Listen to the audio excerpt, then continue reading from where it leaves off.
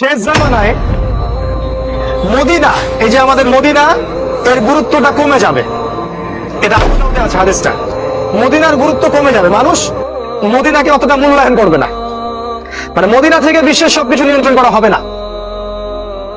তখন জেরুজালেমের গুরুত্ব বেড়ে যাবে। ওই ইসরায়েল যেটা দখল করে রাখছে ফিলিস্তিনে, ওর গুরুত্ব পৃথিবীতে বেড়ে যাবে। দেখবেন আজকের বিশ্বের সবকিছু ওইখান থেকে নিয়ন্ত্রিত হয়।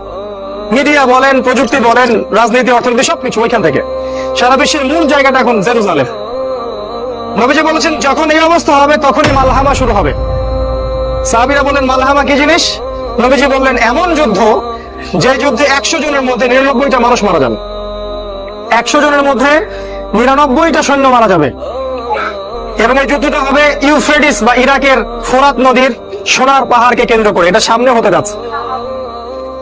এবং এই যুদ্ধটা হবে 80টা দেশের মধ্যে। বিশ্বের 80টা দেশ একত্রিত হয়ে যুদ্ধ করবে সামনে। আপনি প্রথম বিশ্বযুদ্ধ দেখেছেন না? দ্বিতীয় বিশ্বযুদ্ধ দেখেছেন?